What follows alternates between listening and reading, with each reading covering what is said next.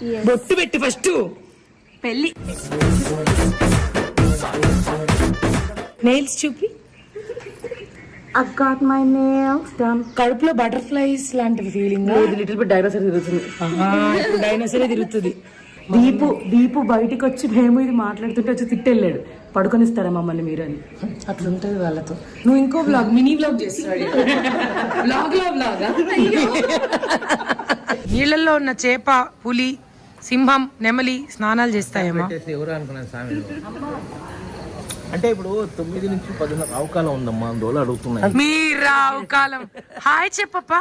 Hi చెప్పు. ఎలా ఉందప్ప పెళ్లి చేస్తుంటే, చిన్న కూతురు పెళ్లి? అచ్చో చాంగోరే నిత్య.